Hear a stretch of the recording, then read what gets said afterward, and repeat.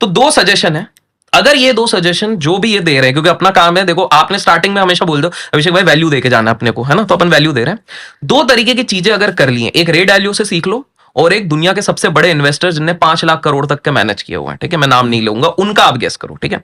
तो पहला है ऑल वेदर इन्वेस्टिंग पोर्टफोलियो बनाओ। मैं किसी चीज को प्रमोट नहीं कर रहा हूं, इस तरह के नाम के काफी फंड्स है, फंड्स की बात नहीं कर रहा हूं। इसका अर्थ क्या बोलते हैं, रे वैल्यू भाई साहब बोलते हैं कि भाई देखो हम लोग जितने भी उत्साहित हो जाएं कि इक्विटी हमेशा ऊपर जाएगा, हमें यह नहीं भूलना चाहिए कि जापान का मार्केट एक समय पे जब पूरे तरीके से ऊपर जा रहा था, जब वो फटा वहां का बबल 25 साल लग गए वो रिकवरी करने में। अगर किसी ने उधर का सिर्फ इंडेक्स फंड में भी लगाया होता तो 25 साल तक कोई रिटर्न नहीं था, सिंपल।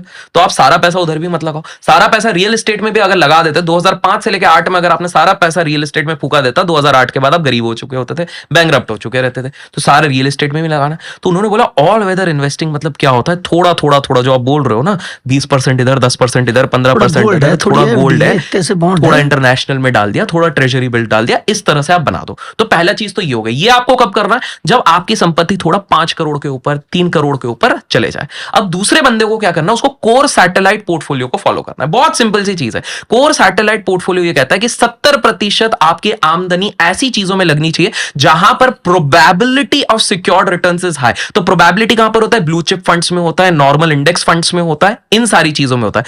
बाकी 30% होगा आपका खतरों का खिलाड़ी।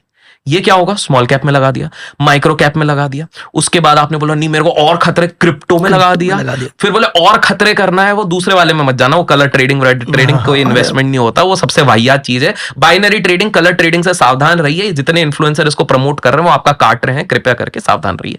तो ये अगर कोर सैटेलाइट पोर्टफोलियो बना लिए, अब ये 70% ना सबका डिफर होगा। अब राहुल भाई बोलते हैं कि भाई देखो अभिषेक मेरे को इक्विटी समझ में ही नहीं आती है, मेरे को रियल एस्टेट समझ में आता है, प्राइम लोकेशन समझ में, वो आपका 70% ये बनेगा। आपके पास पैसा है आप वो बनाओ। मैं एक आम इंसान हूं, मैं जॉब करता हूं भैया, 9 से 6 में नौकरी कर रहा हूं मैं, मेरे को म्यूचुअल फंड थोड़ा सही लगता है, बड़ा मैनेजर देख रहा है, तो भाई ब्लू चिप फंड में आपका 70% या इंडेक्स फंड में 70% आपका रहेगा। ब्लू चिप भी नहीं, इंडेक्स फंड में रहेगा। ब्लू चिप क्यों नहीं रहेगा, अब मैं बताता हूं, इंटरेस्टिंग। अच्छा, म्यूचुअल फंड भी एक्चुअली थोड़ा सा जुमला है यहाँ पे, मैं आपको बता दूं 88% ब्लू चिप फंड्स ने लास्ट 7 साल में बेंचमार्क को भी बीट नहीं किया है। तो इसलिए index fund is much better उस हिसाब से।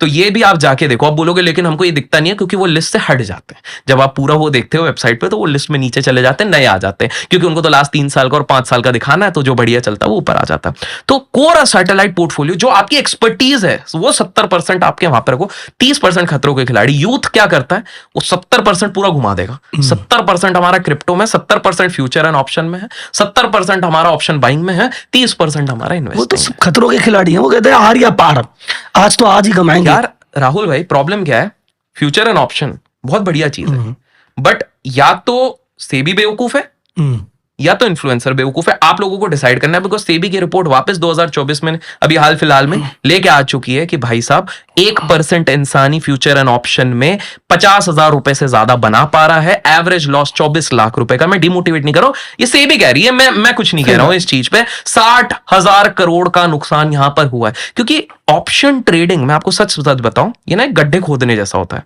पहले आप एक गड्ढा खोदते हो, 50,000 नुकसान हो गया, फिर लगता है यहां पर रुक जाओ, बट फिर लगता नहीं और थोड़ा गड्ढा खोदूंगा तो सोना निकलेगा।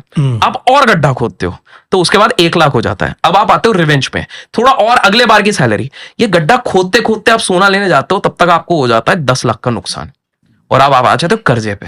अब आपके पास ऑप्शन ही नहीं बचता है। मैं आज भी ये चीज डंके की चोट पे कहता हूं कि भैया कोकेन से ज्यादा अगर एडिक्टिव कोई चीज है वो है ऑप्शन ट्रेडिंग। इससे घुसना बड़ा आसान है ना, ऑप्शन ट्रेडिंग। सर इसमें अगर वॉरेन बफेट की कोई एक आदमी बात मान लेना, मेरे हिसाब से सारे लॉस से बच जाए। क्योंकि मैंने उसकी एक बात सुनी थी, और ऐसा कोई मतलब कोई पर्टिकुलर केस में मैंने उसको अप्लाई किया बिजनेस में, ठीक है, और मजा आया। क्या बात थी बताइए? उसने कहा good money should never chase the bad money.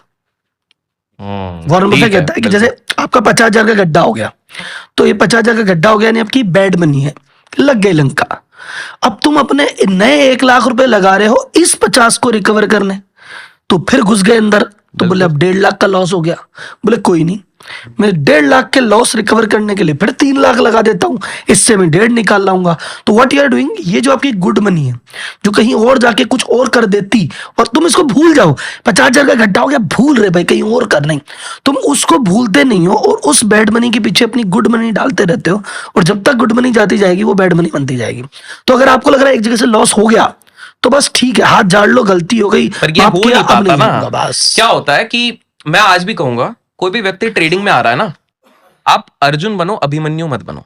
Abhimanyu क्या किया, आधा अधूरा ज्ञान लिया, घुस तो गए चक्रव्यूह में, निकल नहीं पाए, शहीद हो गए। आज के शब्द के हिसाब से गए शहीद। प्राउड सब फील करते हैं, बट एट द एंड शहीद हो गए तो वैल्यू नहीं रही। अर्जुन फोकस बनाया, तीर चलाना सीखा, मछली की आंख, हम सब ने वो कहानियां सुनी है, फोकस बनाया, स्लो टाइम में वो चले, एक तरीके से वैल्यू इन्वेस्टिंग हम कह सकते हैं, धीरे धीरे धीरे धीरे करके महाभारत के अंत तक रहे। तो मेरा यही पॉइंट है, अगर ट्रेडिंग की दुनिया में आ रहे हो तो भाई साहब आप अर्जुन बनो, उसके हिसाब से फोकस करो, डोंट बिकम अभिमन्यु। अगर आप स्टार्टिंग ऑप्शन ट्रेडिंग से कर दोगे, फ्यूचर से कर दोगे, तो आप अभिमन्यु ऑप्शन बन जाओगे। टाइपिंग है।